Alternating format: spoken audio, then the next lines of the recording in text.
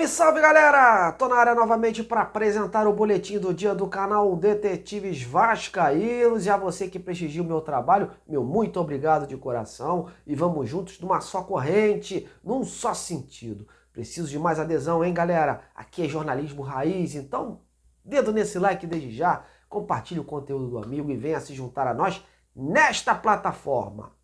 Bom, vamos então falar de Vasco, que é o que interessa, né? As expectativas são imensas para a partida de quinta-feira em São Januário. E são muitas razões para isso, né? Primeiro, que o Vasco vem de uma grande vitória sobre um dos rivais carioca, né? O Fluminense, e com placar elástico de 4-2.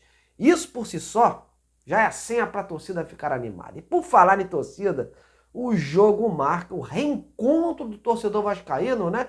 Com seu time de coração, em São Januário, na linda colina histórica. O torcedor estava com saudade, né? E vai poder voltar a assistir o seu time de perto e fazer o Caldeirão pulsar novamente. E além disso, né, de tudo que eu já relatei, ainda tem a questão do campeonato em si, né, galera? Os resultados dessa rodada estão ajudando o Vasco a depender só de si para deixar em breve aí a zona de rebaixamento. Explico melhor.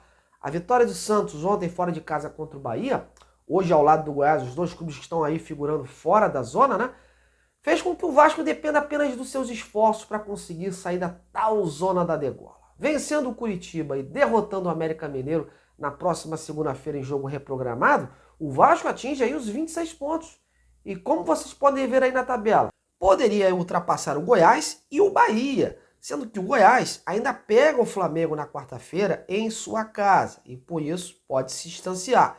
Porém, ultrapassaria o Bahia, porque o Bahia, com a derrota para o Santos, estacionou nos 25 pontos. Então, o Vasco tem a faca e o queijo na mão, né, para até segunda-feira deixar essa famigerada zona de descenso. E a torcida está preparando uma grande festa para recepcionar os jogadores. Cartazes, faixas e muito mais estão sendo confeccionados, né, para mexer aí com os brilhos dos atletas e dar um recado.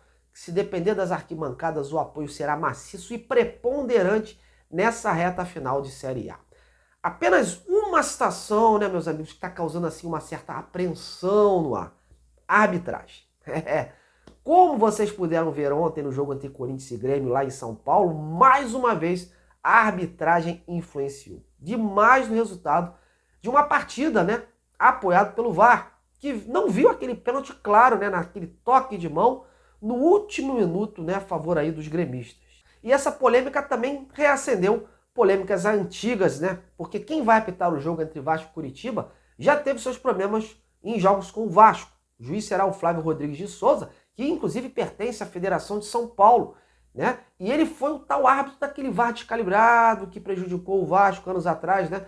No jogo contra o Internacional pelo Brasileirão. E para piorar, o árbitro do VAR será o mesmo daquele jogo entre Vasco e Santos, pelo primeiro turno, onde o Vasco teve aí, pelo menos, 3 situações de pênalti que poderiam ser marcadas e nada aconteceu. O senhor Rodrigo D'Alonso Ferreira. Ou seja, todos os ingredientes aí que jogam contra, né, ao Vasco nessa hora, né? Contra o Vasco em relação à arbitragem. A CBF também, né, meus amigos, podia ter mais cuidado nessa hora, né? E colocar aí árbitros que de preferência não estivessem envolvidos em decisões polêmicas com os clubes aí em questão.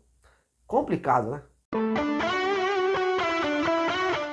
Bom, mas vamos falar do time, né, que é o mais importante. O Vasco treinou hoje em São Januário, dando aí prosseguimento à sua preparação, visando o jogo contra o Curitiba. Mais uma vez o Ramon Dias enriqueceu o treino com detalhes e projeções sobre o adversário, e alertando aí sobre os perigos da equipe paranaense, que deve chegar no Rio, como eu informei, com algumas alterações para tentar sair desse abismo, desse buraco que está metido. O Ramon não quer os seus jogadores abaixando a guarda, pediu total foco, concentração para dentro de campo, colocar força tática e física, como foi diante do Fluminense.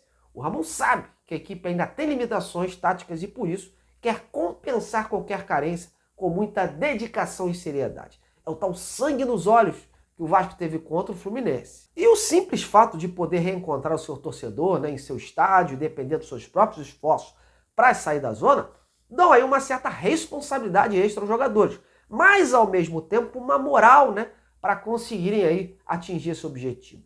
Sobre o time, O chileno Medel vai retornar à zaga, ele que cumpriu suspensão automática contra o Fluminense, e volta no lugar do Maicon, que também está bem com o Ramon Dias, está bem na fita. Como eu falei ontem, precisa ver aí as condições físicas e clínicas do Léo Pelé, que jogou no sacrifício contra o Fluminense. Caso o jogador fique de fora, automaticamente o Maicon aí, que hoje virou o grande coringa do Ramon Dias, como eu falei, formaria a zaga em seu lugar. Nas demais posições, o Pumita tem tudo para ser mantido na lateral, em que pese aí o Robson Bambu tenha ficado de fora por conta de um desconforto, ele está voltando aí. E do meio para frente, aí sim, o grande X da questão. Será que o Payet pode ganhar uma chance desde o início? E a briga Rossi e Peck? Quem ganha essa? Porque ambos foram determinantes no clássico de sábado, né? Então motivos não faltam aí para existir essas dúvidas. Tudo indica que o Ramon deve optar desde o início com o Rossi, mas eu sempre digo aqui, com o Ramon tudo pode acontecer. Nem sempre o jogador que brilhou no jogo anterior é certeza que será titular no jogo seguinte. Pelo que ele deixou no ar na coletiva, no tocante ao Payet, por exemplo, há um entendimento que o gringo ainda não está pronto para ser titular desde o início. Acho até que o Ramon quer colocá-lo apenas 100%, mesmo, né, para não prejudicar o próprio jogador e o Vasco nessa sequência que terá pela frente. Mas posso garantir que os testes estão sendo feitos, avaliações também, e no treino de amanhã, que é o último da rodada, né, que antecede a rodada, o Ramon vai definir aí as peças que vão formar a equipe. Uma coisa é certa, meus amigos, o time será ofensivo e por isso há uma previsão aí de apostas com jogadores mais agudos, com mais mobilidade, para que o Vasco possa fazer o dever de casa e garantir os 3 pontos. Lembrando que o Ramon Dias vai ser julgado na quinta-feira pela manhã por conta daquela expulsão no jogo contra o Bragantino, né, em que ele foi denunciado por invadir o local destinado à equipe de arbitragem. E ele pode pegar aí de 1 a 3 jogos de suspensão. Porém, ele já cumpriu uma partida contra o Atlético Mineiro. E caso seja punido por mais jogos, essa punição só começa a valer contra o América Mineiro na segunda, já que essa homologação da pena não é de imediato, né? E por isso ele pode ser o treinador contra o Curitiba. Mas dentro do Vasco, pelo que eu apurei, o corpo jurídico está otimista de que a pena do Ramon seja a mais branda possível, até pelo seu histórico aqui na competição. E mesmo que o filho do Ramon, né, dê conta do recado, o Emiliano, o Dom Ramon é peça fundamental, né, dentro de campo, né? Ele joga junto com o time, tem boa visão do que acontece e nos últimos jogos tem conseguido aí fazer uma boa leitura e colocar as peças certas para mudar a cara de uma partida, como aconteceu diante do Fluminense. E você, qual o seu grau de otimismo para esse jogo contra o Curitiba? Acha que a arbitragem vai dar ruim ou o Vasco precisa se preocupar mesmo com seus próprios esforços e buscar o resultado, custe o que custar? E quem você escalaria na frente para fazer a dupla com o Verratti? Rossi? Peck? Ou daria chance também ao Payet desde o início? Bom, então meus amigos, comentem aí, participem que eu quero saber a opinião de vocês. Bom, por hoje é só, tô indo nessa, meu muito obrigado pela audiência e continue aí prestigiando esse trabalho. Tamo juntos, um grande abraço, até amanhã.